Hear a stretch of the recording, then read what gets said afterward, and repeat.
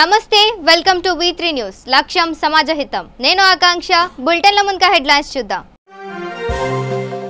కామారెడ్డి జిల్లా కేంద్రంలో కళ్యాణ లక్ష్మి షాదీ ముబారక్ చెక్కుల పంపిణీ 140 మంది లబ్ధిదారులకు చెక్కులను పంపిణీ చేసిన కామారెడ్డి శాసన సభ్యులు గంప గోవర్ధన్ నిజామాబాద్ జిల్లా నందిపేట మండలంలో దొంగల బీభత్సం 3 ఇళ్లలో బీర్వాలు పగలగొట్టి చోరీ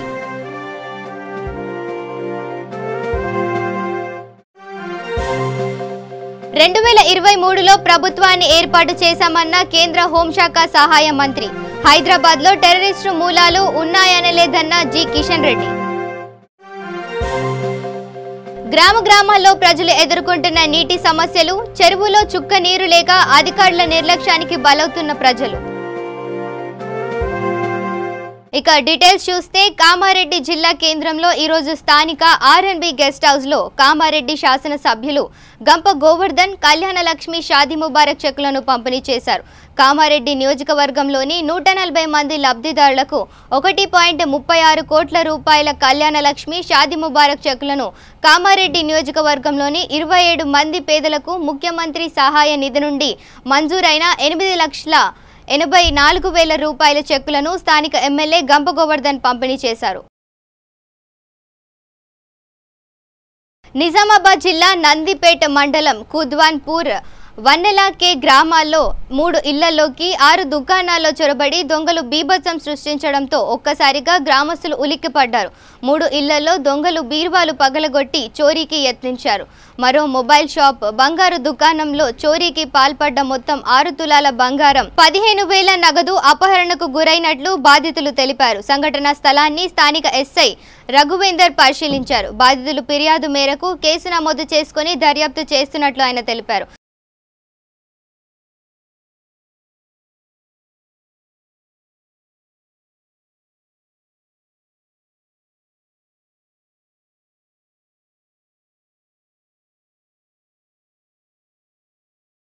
హైదరాబాద్ బేగంపేట్లోని హరిత ప్లాజాలో కేంద్ర హోంశాఖ సహాయ మంత్రి జి కిషన్ రెడ్డి మరియు ఎమ్మెల్సీ రామచంద్రరావు ప్రెస్ మీట్ నిర్వహించారు ఈ సందర్భంగా వారు మాట్లాడుతూ హైదరాబాద్లో టెర్రరిస్టుల మూలాలు అనలేదని మీడియా ప్రతినిధి అడిగిన ప్రశ్నకు సమాధానం తెలిపారు ఎన్ఆర్సీ హైదరాబాద్ అనలేదు వారు ఎక్కడెక్కడైతే విదేశీయులు ఉన్నారో ఫారినర్స్ ఎక్కడైతే దేశంలో ఎక్కడైతే ఉన్నారో వాళ్ళందరినీ పార్లమెంట్లో చెప్పిన విషయం వాళ్ళందరినీ కూడా మేము గుర్తించి ఆయా దేశాలకు వాళ్ళ దేశాలకు గౌరవప్రదంగా తిప్పి పంపిస్తామని చెప్పాడు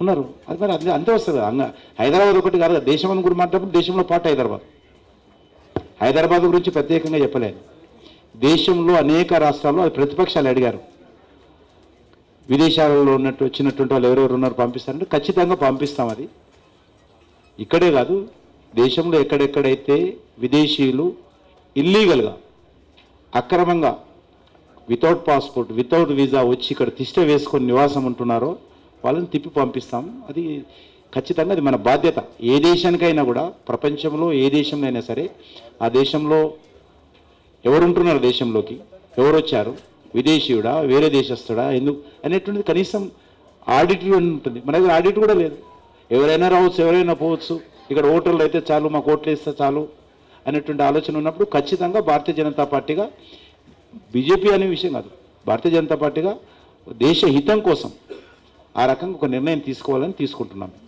ఒకటి కిషన్ రెడ్డి గారు కొన్ని ఏళ్ళ నుంచి హైదరాబాద్ తెలంగాణ చాలా పీస్ఫుల్గా ఉంది అంటే టెర్రరిస్ట్ యాక్టివిటీస్ చూస్తే కానీ మీరు బాధ్యత తీసుకున్న మరుక్షణం అన్ని మూలాలు హైదరాబాద్లోనే ఉన్నాయన్నారు అంటే ఒక పార్టీ మీద కోపంతో అన్నారా నిజంగానే మూలాలు ఉన్నాయని గుర్తించారా బ్రీడింగ్ సెంటర్ అన్న నేను బ్రీడింగ్ సెంటర్ మూలాలంటే ఇది ఒక సేఫ్ జోన్గా ఉంది మొన్న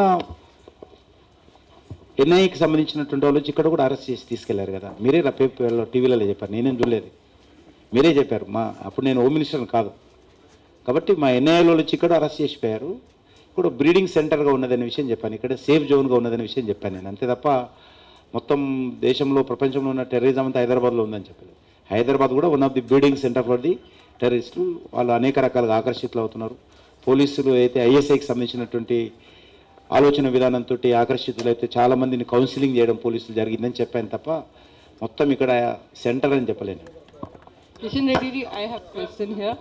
I wanted to know, Owaisi had made an allegation against the BJP saying that those who don't agree with them are anti-nationalists and those who agree with them are nationalists. This was pertaining to National Investigation Act bill. On that he had made a comment. Since that is now in controversy, could you just highlight on that? And also you talked about women issues. What more laws are being implemented? Today also there was a case in Kashmir. So what is it that you are actually looking forward to? మేము మహిళలకు సంబంధించినటువంటిది ఇప్పటి వరకు 12 years లోపు ఉన్నటువంటి అమ్మాయిలను rape చేసినట్లయితే, బలాత్కారం చేసినట్లయితే వాళ్ళకు మరణశిక్ష విధించేటువంటి చట్టం ఉంది. దాన్ని మారుస్తున్నాం మేము. దాన్ని 18 years 20 years అట్లా చేయాలని దాంట్లో ఉన్నాము. క్యాబినెట్ కూడా కొంత అప్రూవల్ అయింది. అదేవిధంగా అనేక రకాలుగా లైంగిక వేధింపుల మీద కూడా కఠినమైనటువంటి చట్టాలు తీసుకురాబోతున్నాము. అది కూడా పార్లమెంట్లో వస్తుంది బిల్. అది మీరు అడిగారు కదా, పార్లమెంట్లో ఫోక్సో చట్టంలో అమెండ్మెంట్స్ తీసుకురాబోతున్నాం, చాలా కఠినంగా తీసుకురాబోతున్నాం. ఫోక్సోకి సంబంధించినటువంటి చట్టంలో అనేక రకాల అమెండ్మెంట్స్ తీసుకురాబోతున్నాం. అవన్నీ కూడా ఇది స్టేట్ సబ్జెక్ట్. ఇది ల్యాండ్ ఆర్డర్ కానీ, ఉమెన్ ప్రొటెక్షన్ కానీ ఫెడరల్ సిస్టంలో, కాన్స్టిట్యూషన్లో స్టేట్ సబ్జెక్ట్ అయినప్పుడు కూడా మేము ఎప్పటికప్పుడు ఐపీసీ అమెండ్మెంట్స్ చేసి ఇవన్నీ కూడా మార్చి ఇస్తుంటాం. నీరు మనిషికి బతకడానికి ప్రాణవాయువు, తరువాత అతి ముఖ్యమైన వనరు. అప్పట్లో నీటి కోసం యుద్ధాలు జరుగుతాయంటే నమ్మలేదు. ఇప్పుడు కల్లారా చూస్తున్నాం. నీటి ఆవశ్యకత గురించి, నీటి పొదుపు గురించి తెలిసిన వారికంటే దాని విలువ తెలియని వారే ఎక్కువ. నేడు నగరాలు, గ్రామాలు అనే తేడా లేకుండా మెజారిటీ ప్రజలు కనీస అవసరాల కోసం నీరు లేకుండా అనేక తిప్పలు పడుతున్నారు. తాగే నీరు లేక గొంతెండి ఊపిరి వదులుతున్న పరిస్థితి ఉంది. పట్టణాలు, పల్లెలు సురక్షిత నీటికి నోచుకోక అనేక రోగాల బారిన పడుతున్న పరిస్థితి ఉన్నది. ఇలా గ్రామాల్లో ప్రజలు తీవ్రమైన నీటి సమస్యను ఎదుర్కొంటున్నారు. భవిష్యత్తులో మరింత తీవ్రమయ్యే సూచనలు కనిపిస్తున్నాయి. కర్నూలు జిల్లా ఆలూరు నియోజకవర్గం హలహర్వ, చెప్పగిరి మండలాల ప్రజలు నీటి కోసం అనేక తిప్పలు పడుతున్నారు. హలహర్వి మండలంలోని చింతకుంట వాటర్ స్టోరేజ్ సెక్షన్ దగ్గర చెరువు చుక్కనీరు లేకపోవడంతో అధికారులు, కాంట్రాక్టర్ల నిర్లక్ష్యానికి ప్రజలు బలి కావాల్సిన పరిస్థితి ఏర్పడింది. పంప్ హౌస్ దగ్గర ఉన్నటువంటి ఉద్యోగులు సరిగ్గా అందులో నీరు నింపకపోవడంతో చెరువులో నీరు అడుగంటిపోయాయి. ఇప్పటికైనా ప్రజలు అవసరం కోసం చెరువులో పూడికతీత పనులు చేపట్టాలని, గత 40 సంవత్సరాల నుండి ఒక్కసారి కూడా పూడికతీత కార్యక్రమం చేపట్టలేదని గతంలో జిల్లా అధికారులకు, కలెక్టర్లకు చెరువులోని పూడికతీత పనులు చేపట్టి చెరువు లోతు పెంచాలని విన్నవించుకున్న ప్రయోజనం కాలేదన్నారు. కేవలం సందర్శించి వెళ్లేవారు తప్ప ఏ అధికారి పట్టించుకున్న పాపాన పోలేదని ప్రజలు ఆవేదన వ్యక్తం చేస్తున్నారు. కనీసం ఈసారైనా జిల్లా యాంత్రాంగం స్పందించి పూడికతీత పనులు చేపట్టాలని ప్రజలు తెలియజేశారు. అంతేకాకుండా ఇక్కడ ఉన్నటువంటి నీటిని కనీసము ఫిల్టర్ చేయలేకుండా అలాగే నీటిని వదులుతున్నారు. ఈ కార్యక్రమంలో ప్రజలు సురక్షిత నీరు, శానిటేషన్ లేని కారణంగా ప్రజలు అనేక రోగాల పాలవుతున్నారు. వెంకటేష్, చింతకుంట విలేజ్, ఆలార్వి మండలం, కర్నూలు డిస్టిక్. మేము ముఖ్యంగా ఇక్కడికి సమావేశం కావడం కారణము చింతకుంట విలేజ్లో గత 3 years నుంచి మేము అధికారులకు విన్నవించుకున్నప్పటికీ ఎటువంటి తాగడానికి నీళ్లు ఇబ్బందిగా ఉండడం వల్ల మా విలేజ్లో పక్క విలేజ్ నుంచి కూడా తీసుకురావడం జరుగుతుంది. అది మా ఊర్లో ఉన్న చెరువు నుంచి దాదాపు 23 విలేజ్లకు కూడా సరఫరా చేయడం జరుగుతుంది ఇక్కడ నుండి. అయినప్పటికీ ఇందులో పూడిక అనేది తీయించకపోవడంతో అధికారుల నిర్లక్ష్యం చేయడం వల్లనే విలేజ్లో చాలా వరకు వాటర్ సమస్యలు తలెత్తుతున్నాయి. అంతేకాకుండా ఊర్లో మంచినీటి సరఫరా ఉన్నప్పటికీ కూడా తాగడానికి కూడా ఇబ్బంది పడే బోర్ నీళ్ళతో కూడా తాగాల్సిన వ్యవస్థ ప్రజెంట్. అదేవిధంగా ఇదే చెరువులో గత 3-4 సంవత్సరాల కింద 24 అప్ టు 24 విలేజెస్ దాకా వెళ్ళేవి. బట్ ఇప్పుడు మా ఒక్క విలేజ్ కూడా కరువయ్యేటంత దౌర్భాగ్య పరిస్థితి చింతకుంట విలేజ్లో తలెత్తుంది. అధికారులు వస్తున్నారు, విజిట్ చేస్తున్నారు, మా వంతు ప్రయత్నం ఖచ్చితంగా చేస్తామని చెప్తున్నారే తప్ప ఎటువంటి దీని మీద చర్యలు తీసుకోవడం లేదు. గత 3 years నుంచి సేమ్ ఇలానే రిపీట్ అవుతుంది. లోకల్లో వచ్చిన నాయకులకైతేనే మరియు మా మండల స్థాయి అధికారులకు కూడా చాలాసార్లు రచ్చబండ కార్యక్రమం మరియు జన్మభూమి కార్యక్రమంలో కూడా మేము తెలియజేయడం జరిగింది, సార్ మా సమస్య ఇది అని. అయినా కూడా ఎటువంటి రెస్పాన్స్ అనేది లేదు అధికారుల నుంచి కావచ్చు, లేకపోతే పెద్దల నుంచి కావచ్చు. అందువల్ల ఇప్పటికైనా కనీసం చింతకుంటలో తాగే నీరు కోసమన్నా మా వంతు హెల్ప్ జిల్లా అధికారులు మా యొక్క బాధను అర్థం చేసుకొని మాకు కనీస తాగునీటి సరఫరాన్న ఇవ్వగలుగుతారని ఆశిస్తూ వచ్చినాయి. అన్నీ పచ్చిగా అయిపోయినాయి. ఈ మొత్తం ఎండిపోయినాకైనా కానీ పూర్తి తీపిస్తే ఫ్యూచర్లో స్టోరేజ్ ఎక్కువ చేసుకునేకి యూస్ఫుల్ అవుతుంది. అది అధికారులకు ఎంత చెప్పినా పట్టించుకోవట్లేదు. ఈసారి ఈ మీడియా ద్వారా వాళ్ళకి తెలిసి కొంచెం హెల్ప్ చేస్తే మాకు యూస్ఫుల్గా ఉంటుందని కోరుకుంటున్నాం. మీ పేరు? అది చింతకుంట స్థలము. ఈ చెరువు నీళ్ళు తాగేకి ఇబ్బంది ఉంది. జనాలకు భారీ ఇబ్బంది ఇచ్చినారు. చెరువు కావాలా ఇప్పుడు అంతే. మాట్లాడేది చింతకుంట గ్రామము, ఆలారి మండలము. చింతకుంట గ్రామంలో ఈ చెరువు దాదాపుగా 24 పల్లెలకు తాగునీరు సరఫరా చేస్తుంది. గత 40 ఏళ్ళుగా ఇది పూడిక తీయలేని దాదాపుగా నీళ్లు పారుతున్నా కానీ అసలు అర్థం చెరువు నింపినారు దీన్ని. ఇంకా ప్రజలకు ఇవి నీళ్ళు ఇబ్బందిగా ఉంది. భారీ ఎక్కడెక్కడో నుంచో తీసుకొని పోవడం జరుగుతుంది. నారాయణపేట జిల్లా మరికల్ మండల కేంద్రంలో గ్రామ సర్పంచ్ గోపి ఇంకుడు గుంతల నిర్మాణ కార్యక్రమం చేపట్టారు. ఇందులో ప్రభుత్వం పాఠశాల విద్యార్థులు పాల్గొన్నారు. ఈ సందర్భంగా ఇంకుడు గుంతల కార్యక్రమం చేపట్టడం వల్ల భూగర్భ జలాలు బోర్లో గాని ఊరి గ్రామ చెరువులో కానీ నీటి నిల్వ ఉంచుకోవచ్చని, దీనికి గ్రామ ప్రజలు ప్రతి ఒక్కరూ ఇంటి దగ్గర కూడా ప్రభుత్వం భవనాల దగ్గర ఇంకుడు గుంత నిర్మించుకోవాలని గ్రామ సర్పంచ్ గోపి తెలిపారు. పంచాయతీకి 12 ఇంకుడు గుంతలు శాంక్షన్ అయినాయి. వాటిలో హై స్కూల్లో ఒక 4 ఇంకుడు గుంతలకు ముగ్గేయడం జరిగింది. దీన్ని బేస్గా చేసుకొని మిగతా ఎక్కడెక్కడ హాస్పిటల్ కానీ పోలీస్ స్టేషన్ కానీ మిగతా గవర్నమెంట్ హాస్పిటల్ ఎక్కడెక్కడ ఉన్నావో గవర్నమెంట్ ఆఫీసులు కానీ ఎక్కడెక్కడ ఇంకుడు గుంతలకు అవసరమో బోరింగ్లకు మన వాటర్ పంపుల దగ్గర కానీ వాటి దగ్గర కానీ నిర్మించడానికి మాకు గైడ్లైన్స్ ఉన్నాయి.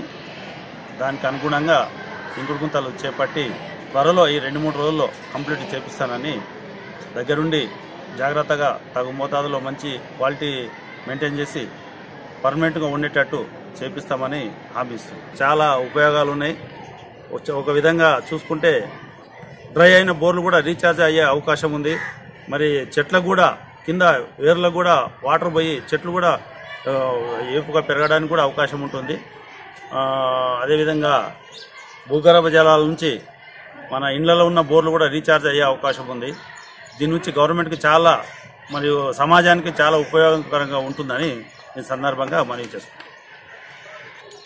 హైత్నగర్ డివిజన్లోని హైకోర్టు కాలనీలో ద్వారకానగర్ మున్గనూరులో 1,20,00,000 వ్యయంతో నిర్మిస్తున్న సీసీ రోడ్లను ఎల్బీనగర్ ఎమ్మెల్యే దేవిరెడ్డి సుధీర్ రెడ్డి ప్రారంభోత్సవం చేశారు. ఈ కార్యక్రమంలో హైత్నగర్ కార్పొరేటర్ సామ తిరుమల్ రెడ్డి, భాస్కర్ విజయ్, వార్డు కౌన్సిలర్లు, టీఆర్ఎస్ కార్యకర్తలు పాల్గొన్నారు. జై తెలంగాణ. కేసీఆర్ గారి నాయకత్వంలో తెలంగాణ రాష్ట్రము ఎంతో అభివృద్ధి చెందుతూ ముఖ్యంగా హైదరాబాద్ నగరంలో మరి అభివృద్ధి కార్యక్రమాల్లో ముందుండి అందులో ఎల్బీ నగర్లో సుధీర్ రెడ్డి ఎమ్మెల్యే అయిన తర్వాత అభివృద్ధి పనులు కార్యక్రమాలు బ్రహ్మాండంగా జరుగుతున్నాయి. ఈరోజు గౌరవ ఎమ్మెల్యే గారు హైదరాబాద్ డివిజన్లో హైకోర్టు కాలనీలో మరి ద్వారకామాయి కాలనీ మరి ముదిరాజ్ కాలనీలో కూడా 64 లక్షలతోటి మరి సుబ్రహ్మణ్య కాలనీ కమ్యూనిటీ హాల్ కానీ సీసీ రోడ్ కానీ మొత్తం 1,20,00,000 ప్రారంభోత్సవాలు చేయడం జరిగింది. ప్రజలంతా కూడా ముఖ్యంగా ఈ అభివృద్ధిలో హైదరాబాద్ డివిజన్ ముందుకు పోతందుకు సహాయశక్తుల సహకరిస్తున్న మా ఎమ్మెల్యే గారికి మరి ముఖ్యంగా కేటీఆర్ గారు పురపాలక శాఖ మంత్రి అయిన తర్వాత తెలంగాణ రాష్ట్రంలో ముఖ్యంగా హైదరాబాద్ డివిజన్లో వాటర్ లైన్ కూడా 112 కిలోమీటర్లు వేయడము, సీసీ రోడ్లు కానీ డ్రైనేజీలు కానీ 35 ట్రాన్స్ఫర్లు కొత్తవి కానీ 3 సబ్ స్టేషన్లు కానీ తర్వాత ఈ రోజు నుంచి ఒక పింఛను 2,000 రూపాయల కార్యక్రమం కూడా ఈరోజే ఉంది. ఈ రకంగా రాష్ట్రము పరిపాలన చాలా విభిన్నంగా సారు తీసుకురావడము. నిన్ననే అసెంబ్లీలో చెప్పింది సారు, ఎవరైనా సరే చెట్లు 85% పెంచితేనే వాళ్ళు మరి కార్పొరేటర్ కానీ కౌన్సిలర్ కానీ సర్పంచ్ కానీ ఉంటాడని చెప్పి ఇవన్నీ కూడా నాకైతే నేను ముందు నుంచి అవే ఉంటాను కాబట్టి చాలా సంతోషం ఇస్తున్నాయి. ఎందుకంటే ప్రకృతిని కాపాడుకోవాలనే ఒక గట్టి ఉద్దేశం, సొంత పార్టీని కాదు ఏ పార్టీని కాదు ప్రకృతిని కాపాడాలనే ఒక మంచి ఉద్దేశంతో మున్సిపల్ చట్ట సవరణ తీసుకురావడం చాలా సంతోషం కలిగిస్తుంది. సుబ్రహ్మణ్య కాలనీలో ఈ కాలనీలో ఏ సమస్యలున్నా అన్ని సమస్యలు పరిష్కారం చేసి మరి ఈ యొక్క కార్యక్రమం బ్రహ్మాండంగా చేస్తాను. ఈ కార్యక్రమాన్ని విచ్చేసిన వార్డు సభ్యులు, ఏరియా కమిటీ సభ్యులు, సీనియర్ నాయకులు, అదేవిధంగా పత్రికా సోదరులకు అందరికీ పేరు పేరున ధన్యవాదాలు చెప్తున్నాను. జై తెలంగాణ. ఉత్తరప్రదేశ్ రాష్ట్రంలో భారత జాతీయ కాంగ్రెస్ పార్టీ ప్రధాన కార్యదర్శి ప్రియాంక గాంధీని అడ్డుకొని పోలీసులు అరెస్టు చేయడానికి నిరసనగా సూర్యాపేట పట్టణంలో కొత్త బస్టాండ్ వద్ద కాంగ్రెస్ పార్టీ జిల్లా అధ్యక్షుడు చెవిటి వెంకన్న యాదవ్ ఆధ్వర్యంలో ఉత్తరప్రదేశ్ ముఖ్యమంత్రి యోగి ఆదిత్యనాథ్ దిష్టిబొమ్మ దహనం చేసి నిరసన వ్యక్తం చేశారు. ఈ కార్యక్రమంలో పట్టణ అధ్యక్షుడు అంజాద్ రాజేశ్వరరావు, నాగుల వాసు పాల్గొన్నారు.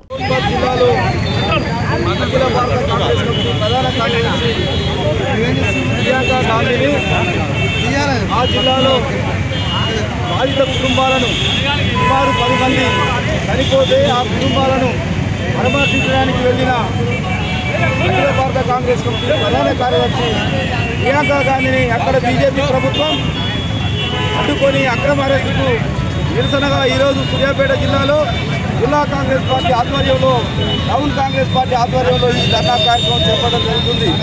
ముఖ్యంగా బీజేపీ ప్రభుత్వం వచ్చిన తర్వాత దేశంలో హత్య రాజకీయాలు, దాడులు, ముఖ్యంగా దళితుల మీద, బలహీన వర్గాల మీద కేంద్రంలో బీజేపీ ప్రభుత్వం వచ్చినాక ఈ దేశంలో మొత్తం దాడులు మొదలైనవి. ఒక బాధిత కుటుంబాన్ని పరామర్శించే హక్కు లేకుండా బీజేపీ ప్రభుత్వం ఉన్న హక్కులను కూడా కాలరాసే ప్రయత్నం చేస్తుంది. దానికి నిదర్శనమే ప్రియాంక గాంధీని అరెస్టు చేయడం అనేది దానికి నిదర్శనం. దీన్ని యావత్ తెలంగాణ రాష్ట్ర కాంగ్రెస్ మొత్తం ఈ దుశ్చర్యను ఖండిస్తుంది. ఒకటే మనం ఆలోచించాలి, రాజకీయాల్లో గెలుపు ఓటములు సహజం. ప్రభుత్వాలంటే 5 సంవత్సరాలు ప్రజలకు మంచి పరిపాలన అందించాల్సిన బాధ్యత ప్రభుత్వాల మీద ఉంటుంది. కానీ బీజేపీ ప్రభుత్వం వచ్చినాక కక్ష సాధింపు చర్యలతో కాంగ్రెస్ పార్టీని బలహీనపరచాలనే ఉద్దేశంతో గాంధీ కుటుంబం మీద కక్ష పెంచుకొని మోడీ ప్రభుత్వం, అక్కడ ఉన్న ముఖ్యమంత్రి యోగి ఆదిత్యనాథ్, బీజేపీ ప్రభుత్వం కాంగ్రెస్ నాయకుల మీద దాడులకు ప్రయత్నం చేస్తుంది. దీన్ని కాంగ్రెస్ పార్టీ తీవ్రంగా ఖండిస్తుంది. చరిత్రలో ఇలాంటి వాళ్ళు, హిట్లర్ లాంటి చరిత్రలో కనుమరుగైండు. ఈ బీజేపీ ప్రభుత్వాన్ని ప్రజలు గద్దెదించడానికి సిద్ధంగా ఉన్నారు.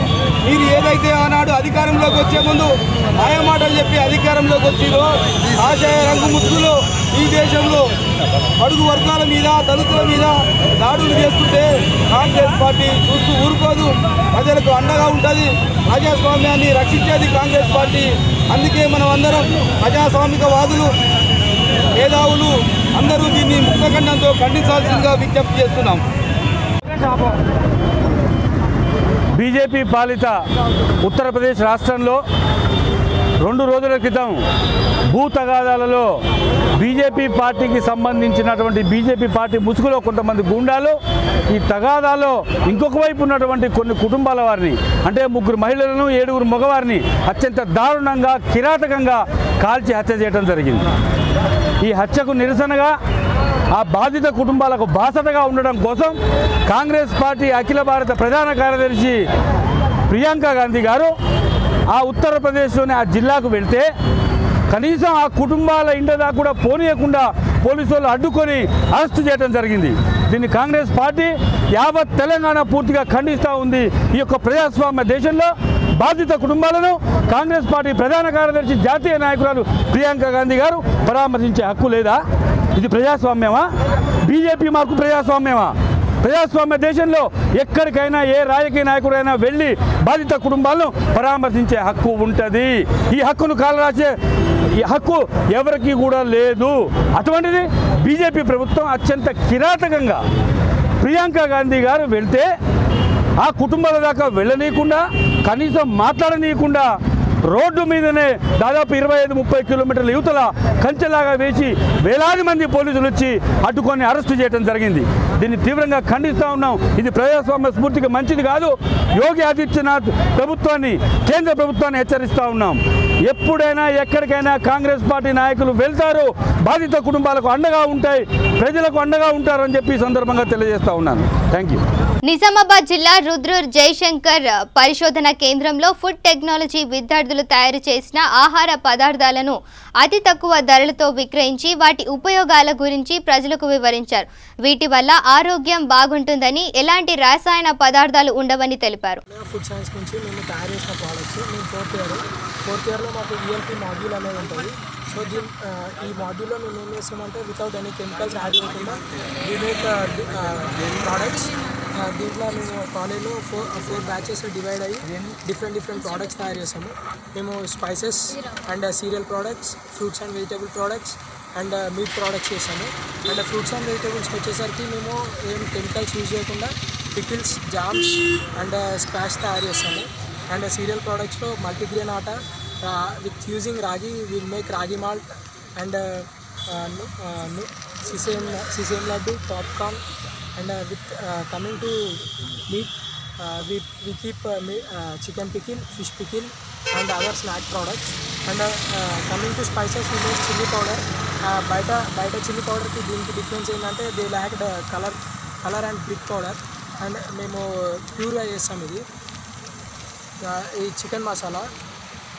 బయట దానికి దీనికి చాలా డిఫరెన్స్ ఉంటుంది, కొంచెం స్పైసీ ఉంటుంది మా ప్రోడక్ట్స్. అండ్ చాయ్ మసాలా ఇది మనకి హెడ్ ఎక్స్ ఇలా వచ్చినప్పుడు ఇది వేసుకొని తాగినప్పుడు మంచి రిలీఫ్ ఉంటుంది. చాయ్ మసాలా వేసుకోగా కోల్డ్ ఇప్పుడు వచ్చేది rainy and winter, head X, Colts అవన్నీ ఉంటాయి. సో చాయ్ మసాలా వేసుకొని మల్టీగ్రెయిన్ ఆటా మేము కాలేజ్ ల్యాబ్లో ప్రిపేర్ చేస్తున్నాము. యాక్చువల్గా బయట దొరికే ఆటాలో ఓన్లీ 2-3 ఇంగ్రీడియంట్స్ యూజ్ చేస్తారు మేజర్గా. కాకపోతే మేము 8 టైప్ ఆఫ్ ఇంగ్రీడియంట్స్ యూజ్ చేస్తాము. Ragi, sorghum, barley, bajra, soybeans, oats, wheat. ఇంకా మల్టీగ్రెయిన్ ఆటాతో పాటు రాగి మాల్ట్, రాగి ఇన్స్టెంట్, రాగి రవ్వ ఇడ్లీ మిక్స్, ఉప్మా మిక్స్ చేస్తాము. ఇంకా సీసేమ్ లడ్డు, పీనట్ లడ్డు కూడా ప్రిపేర్ చేస్తాము. సీసేమ్ లడ్డూతో సీసేమ్ సీడ్స్ ఇంకా జాగ్రీ, దీనివల్ల ఐరన్ మినరల్స్ చాలా ఉంటాయి. ఇవి చాలా యూస్ఫుల్. జోగులాంబ గద్వాల జిల్లా మానవపాడు మండలం అమరబాయి గ్రామంలో ముస్లిం సోదరులు వర్షం కొరకు ప్రత్యేక నమాజ్లు నిర్వహించారు. రుద్రూర్ మండల కేంద్రంలో ఏర్పాటు చేసిన సమావేశంలో స్పీకర్ మాట్లాడారు. దేశంలో పెన్షన్ అధికంగా ఇస్తున్న రాష్ట్రం తెలంగాణ రాష్ట్రం అన్నారు. వికలాంగులు, వృద్ధులు పెన్షన్ కోసం రావడానికి అనేక ఇబ్బందులు ఎదుర్కొంటున్నట్టు తెలిపారు. వారికి ఇబ్బందులు పెట్టరాదని అన్నారు. ఈ సందర్భంగా పోస్టల్ అధికారులపై ఆగ్రహం వ్యక్తం చేశారు. తమ ప్రభుత్వం పెన్షన్ ఇచ్చినందుకు కమిషన్ ఇస్తుందన్న తీరు మార్చుకొని సెంటర్లు ఏర్పాటు చేసి సేవలు అందించాలన్నారు. ప్రతి గ్రామ సర్పంచ్లు పెన్షన్లు ప్రతి ఒక్కరికి అందేలా చూడాలన్నారు. జెడ్పీటీసీలు, ఎంపీటీసీలు సైతం పెన్షన్లు ప్రతి ఒక్కరు తీసుకునేటట్టు చూడాలన్నారు. దగ్గర 40,000 మందికి పెన్షన్ ఇస్తున్నాం మన కాన్ఫరెన్స్లో. సంవత్సరానికి రాష్ట్రంలో ఖర్చు ఎంతకంటే ముందు ఈ 1000, 2000 కంటే పెంచకంటే ముందు, 1500, 3000 పెంచకంటే ముందు రాష్ట్ర ప్రభుత్వం మీద ఖర్చు ఎంత పడ్డదంటే 5,600 కోట్లు ఖర్చు అయ్యేది. అదే 200 రూపాయలు పెన్షన్ ఇచ్చినప్పుడు కాంగ్రెస్ ప్రభుత్వంలో 800 కోట్లు ఖర్చు అయ్యేది సంవత్సరానికి. మనం ఒకేసారి 500 పెంచినాం కాబట్టి అది 5,600 కోట్లు అయింది. ఇప్పుడు 1000 నుంచి 2016, 1500 నుంచి 3016, మళ్ళా రేపో మాపో 57 సంవత్సరాలు నిండినటువంటి వారు కూడా సర్వే చేస్తున్నారు. వారు కూడా పెంచారు. బీడీ వర్కర్స్కి కట్ ఆఫ్ డేట్ పెట్టారు. ఏమని? పిఎఫ్ నంబరు ఫిబ్రవరి 2014 కంటే ముందుంటేనే మీకు పెన్షన్ వస్తుంది, 14 తర్వాత పిఎఫ్ నంబర్ ఉంటే రాదు అని కండిషన్ పెట్టారు. ఎవరు పెట్టారో కండిషన్? అది లక్ష్మణ్ రేఖ పెట్టారు. అర్థం కాలే మాకు నెత్తికి ఇక్కున్నాం. ఇన్ని లక్షల మందికి ఇచ్చి కథెందుకు? ఇంకా ఇదే రుద్దులు గ్రామానికి వస్తే నా దగ్గరికి మా ఆడబిడ్డలు, నేను గ్రామ పంచాయతీలో మీటింగ్ పెట్టుకుంటే నా దగ్గర 10 మంది వచ్చారు. బాన్స్వాడకు ఇదే 10 మంది మళ్ళీ బాన్స్వాడకు వచ్చారు. అమ్మ మీకు ఇప్పియాలని ఉంది, ముఖ్యమంత్రి గారి దృష్టికి తీసుకెళ్ళిన నేను. ఇన్ని లక్షల మందికి ఇస్తున్నాం, మీకు 10 మందికి ఇస్తాం, మా కోపమా, మా బరువా? ఇస్తామమ్మా అని వాళ్ళ సముదాయం పంపించిన తర్వాత మళ్ళీ మన ఎన్నిక జరిగినప్పుడు బాన్స్వాడలోనే సీఎం గారికి స్టేజ్ మీద చెప్పిన, సార్ మీకు ఇదివరకు మీ దృష్టికి తీసుకొచ్చాను, ఇన్ని లక్షల మందికి ఇస్తున్నాము, మళ్ళీ ఈ పిఎఫ్ నంబరు 2014 బదులు ఈ రోజు వరకు కూడా పిఎఫ్ నంబర్ ఉన్న వారికి ఇస్తే మరొక 40,000-50,000 మంది అవుతుండొచ్చు. 40 లక్షల మందికి ఇచ్చిన దాకా ఈ 50,000 మంది కొత్తగా పెద్ద బరువు కాదు, అది మీరు చెప్పండి అంటే సీఎం గారు స్టేజ్ మీద ప్రకటించాడు. నేటి వరకు పిఎఫ్ నెంబర్ ఉన్న వారు కూడా ఇస్తామని చెప్పారు. మళ్ళా మొన్న నేను స్పీకర్ అయిన తర్వాత అసెంబ్లీలో సమావేశాలు జరుగుతున్నప్పుడు పోయిన అసెంబ్లీలో సీఎం గారు అన్ని ప్రకటించారు. ఇది మాటలు మర్చిపోతే మళ్ళీ నేను స్టేజ్ మీద ఉన్న పైన కూర్చున్నా, ఎందుకంటే కిందికి పోతాను కాదు నేను స్పీకర్ గారు. నేను క్లాస్ పంపించాను మళ్ళీ సీఎం గారి దగ్గరికి. సార్ ఇది మనం హామీ ఇచ్చడం, మీ ఉపన్యాసంలో కవర్ కాలేదు స్టేట్మెంట్ అని చెప్పి మళ్ళీ నేను అటెండెన్స్ ఇచ్చి పంపిస్తే సార్ చూసి మళ్ళీ అదే ప్రకటించాడు. ఎస్ ఇది స్పీకర్ గారు నాకు చూసి తీసుకొచ్చారు. ఇక్కడ కూర్చున్నటువంటి మా అక్కలు చెల్లెళ్ళు మా అమ్మలు మా తల్లులు మా అన్నలు అక్కలు అన్నలు అందరూ నడుచుకుంటూ పోలేదు.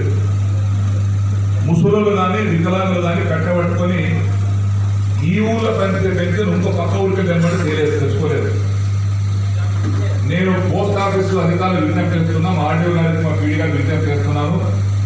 కొన్ని గ్రామాలలో ఒకటే గ్రామంలో పోస్ట్ మ్యాన్ కూర్చుంటున్నాడు పోస్ట్ అధికారి, ఆ పక్కన చుట్టుపక్కల 2-3 గ్రామాల మందిని ఆడ చూసుకుంటున్నారు. వాళ్ళు నడుచుకుంటా కుంటుకుంటా కట్టె పట్టుకుని తీసుకొని పోతున్నారు. అది ముసలిలో చేత కాదు, వికలాంగ చేత కాదు. ఆ పోవాలంటే మళ్ళీ ఆటో తీసుకొని పోవాలి. ఒక దినం మొత్తం ఖరాబ్ అవుతున్నది. కాబట్టి ఏ ఊరికి ఆ ఊరే పెన్షన్ పంచాలి.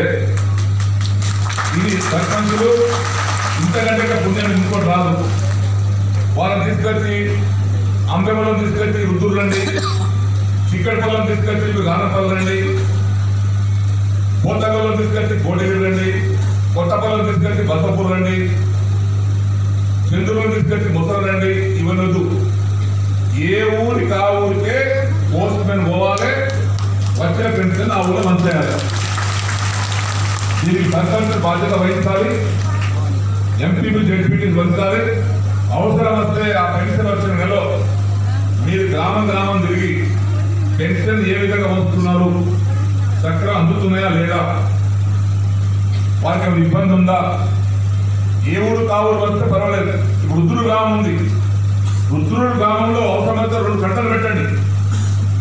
ఒకే దగ్గర రావాలంటే ఆ ముందుకెళ్ళి ఆ జేఎంసీ కాలనీగా రావాలంటే నడుచుకుంటూ రావాలంటే ఇబ్బంది అవుతుంది. అక్కడ గంటలు పెట్టండి, లేదు ముళ్ళే పోదు. ఇక్కడ వంచడం ఉంటుంది, వాళ్ళ వంచడం. ఆ విధంగా పెద్ద గ్రామాలలో 2-3 జాగాలు వంచండి. నేను మనం బాన్స్వాడ పోయినా ఒక 6 మాసాల క్రితం. ఆ పోస్ట్ ఆఫీస్ కాడ చూస్తే 1000 మంది ఉన్నారు. ఏముందమ్మా అనే పోస్ట్ వస్తే అందరు పెన్షన్ కోసం వచ్చి ముసలోళ్ళు కట్టబట్టుకోరు, నడుములేనుడు కాళ్ళు లేనుడు గుడ్డోళ్ళు ఎంతమంది వచ్చిరంటే ఏం చేస్తారు ఇంకా వస్తున్నాను. అప్పుడే అనుకోకుండా కరెక్ట్గా వచ్చారు. ఇద్దరు కూర్చున్నాం, అక్కడే కూర్చొని చేసుకొని ఆ పోస్ట్ మ్యాన్ చెప్పినాం, ఈ బాన్స్ ద్వారా 4 గంటలు పెట్టండి. ఒకే దగ్గర రావాలంటే రాదు. మనం ఇచ్చేదే పేదవాళ్ళు, మనం ఇచ్చేదే ముసలోళ్ళు, అనంతరం ముడుగోలు, కాలు చేతులు. సూర్యాపేట జిల్లా కోదాడ పట్టణంలో పెంచిన ఆసరా పెన్షన్ల పంపిణీ కార్యక్రమాన్ని కోదాడలోని అన్ని వార్డుల స్థానిక శాసనసభ్యులు బొల్లం మల్లయ్య యాదవ్ ప్రారంభించారు. ఈ సందర్భంగా ఆయన మాట్లాడుతూ ముఖ్యమంత్రి కేసీఆర్ ఎన్నికల సందర్భంగా ఇచ్చిన హామీని నిలబెట్టుకుంటున్నారని, అందుకు చాలా సంతోషంగా ఉందన్నారు. రాష్ట్రంలో ఉన్న వృద్ధులకు, వికలాంగులకు ప్రతి కుటుంబానికి పెద్ద కొడుకుగా అపర భగీరథుడిగా సేవలు అందిస్తున్న కేసీఆర్కు కోదాడ నియోజకవర్గం తరపున ధన్యవాదాలు తెలియజేస్తున్నామని అన్నారు. ఈ కార్యక్రమంలో మాజీ ఎమ్మెల్యే చందర్రావు, టీఆర్ఎస్ కార్యదర్శి వెంకటరత్నం బాబు, పార్టీ నాయకులు, కార్యకర్తలు పాల్గొన్నారు.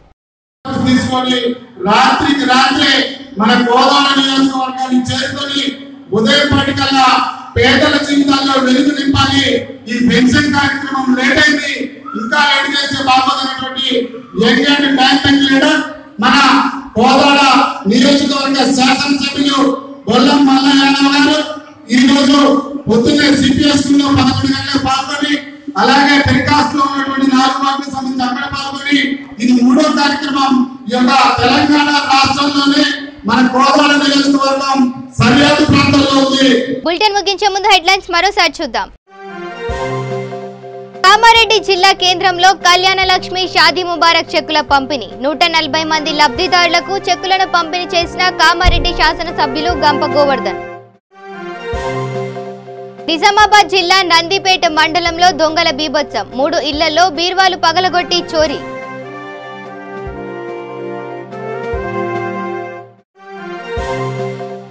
రెండు 2023లో ప్రభుత్వాన్ని ఏర్పాటు చేశామన్న కేంద్ర హోంశాఖ సహాయ మంత్రి. హైదరాబాద్లో టెర్రరిస్టు మూలాలు ఉన్నాయనలేదన్న జి కిషన్ రెడ్డి.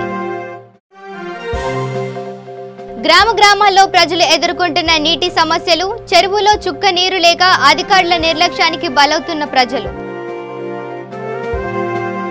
ఇవి bulletin updates. Keep watching V3 news. లక్ష్యం సమాజహితం.